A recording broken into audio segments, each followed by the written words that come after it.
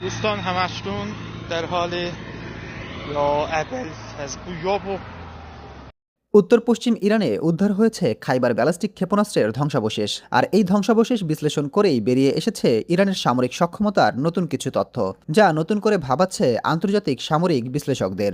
ধ্বংসাবশেষে পাওয়া গেছে একটি বিশেষ অ্যান্টেনা, যার নাম 4 element control reception pattern antenna. আধুনিক যুদ্ধে সিগন্যাল জ্যাম করে মিসাইল পথভ্রষ্ট করা একটি সাধারণ কৌশল, কিন্তু এই প্রযুক্তির কারণে শত্রুপক্ষের জ্যামিংয়ের মুখেও লক্ষ্যপথে স্থির থাকতে পারে খাইবার। সাধারণ অ্যান্টেনার বদলে এটি চারপাশ থেকে আসা সংকেত বিশ্লেষণ করতে পারে, ফলে আশপাশে কৃত্রিম বাধা তৈরি করলেও এই ক্ষেপণাস্ত্রের ন্যাভিগেশন সিস্টেমে খুব একটা প্রভাব পড়ে না।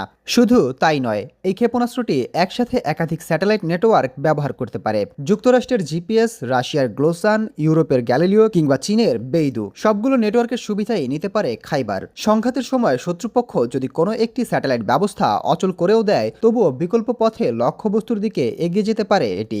রাতের বেলা বা বৈরী আবহাওয়াতেও নির্দিষ্ট টার্গেটে আঘাত হানতে এই প্রযুক্তি বেশ কার্যকর। তবে বিশ্লেষকদের সবচেয়ে বেশি ভাবাচ্ছে খাইবার মিসাইলের শেষ মুহূর্তের কৌশল। বায়ুমণ্ডলে পুনরায় প্রবেশের সময় এটি দ্রুত গতিতে নিজের অবস্থান ও গতিপথ বদলাতে পারে। আচমকা দিক পরিবর্তনের এই সক্ষমতার কারণে প্যাট্রিয়ট বা থার্ডের মতো পরিচিত আকাশ প্রতিরক্ষা ব্যবস্থাগুলোর পক্ষেও এর গতিপথ আগে থেকে অনুমান করা কঠিন।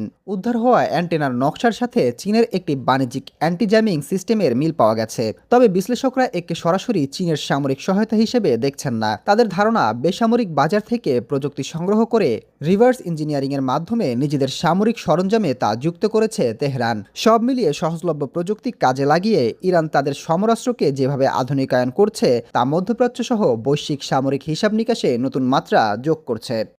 Desk report, global math.